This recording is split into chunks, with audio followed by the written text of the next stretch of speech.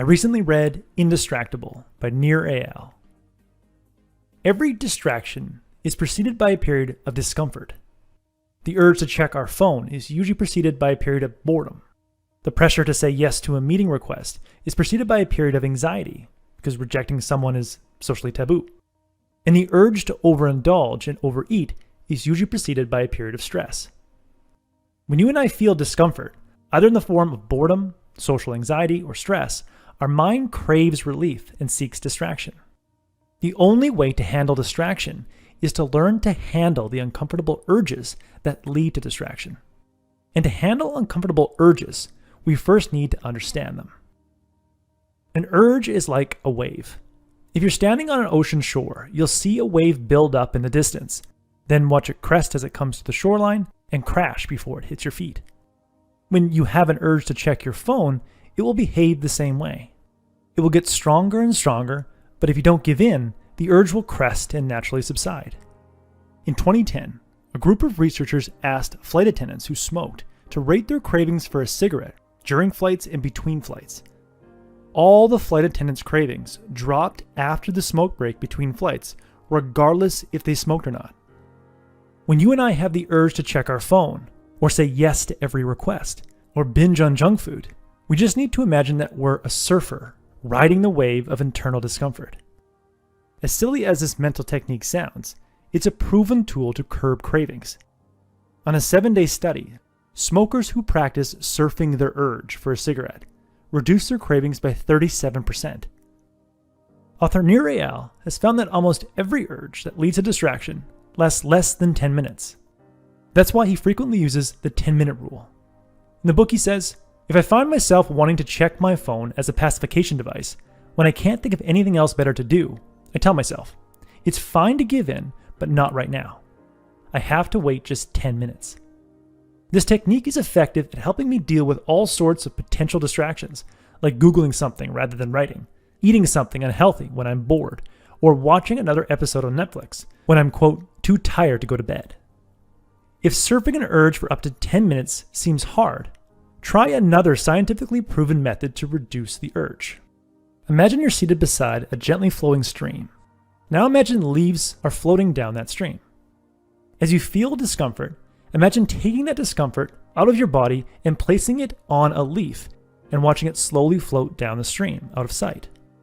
When another wave of discomfort builds up, place it on another leaf and watch it float down the stream. Do this over and over again until you feel in control. This practice is taught in what's called acceptance and commitment therapy, ACT for short, and has also been shown to drastically reduce the rate at which people crave cigarettes. If surfing the urge and watching your urges drift down a stream helps smokers reduce their urges, then it's sure to help us reduce almost any urge that leads to distraction.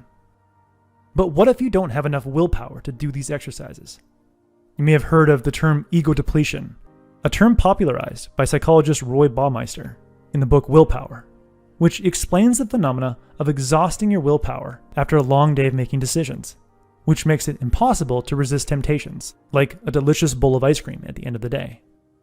This ego depletion sounds like a real problem, but thankfully, it's a myth. A 2010 meta-study of ego depletion found a publication bias, that is, disconfirming evidence had been left out of the ego depletion scientific literature. And just recently, new studies have found that the only time ego depletion is valid is when people believe it's valid. Stanford psychologist Carol Dweck says ego depletion was only observed in test subjects who believed willpower was a limited resource.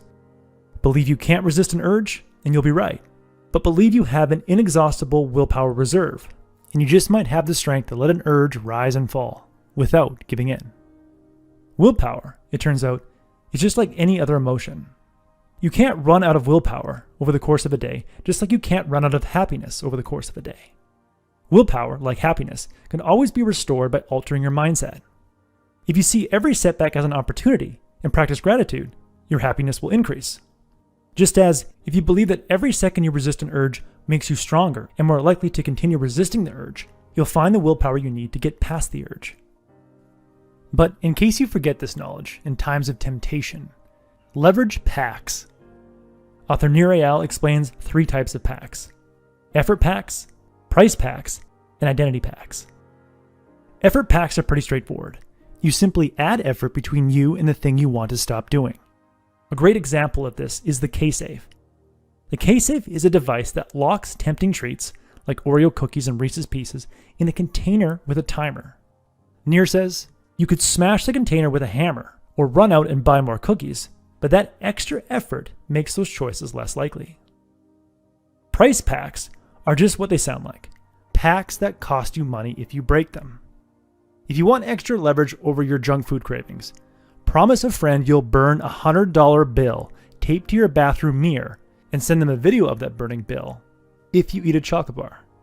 Or measure your smartphone screen time, and if you pass a weekly threshold that you select, promise a friend you'll burn a $20 bill every week you pass that threshold.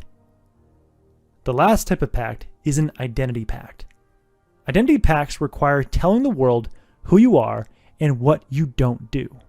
If you're trying to resist meat, announce to your family that you're a vegetarian. And if you're trying to resist answering emails before noon, write, "Sorry, I don't answer emails before noon" in your email signature. In the end, remember that every distraction is preceded by a period of discomfort. If you can ride the wave of discomfort, you can avoid distraction. Aim to ride every uncomfortable urge for at least 10 minutes, because very few urges last longer than 10 minutes. If you're struggling to ride your urges, imagine placing your urges on a leaf and watch them float down a stream. And to give yourself more incentive to ride out your urges, try effort packs, price packs, and identity packs. As Nir Eyal says, the antidote to impulsiveness is forethought. That was the core message that I gathered from Indistractable by Nir Eyal.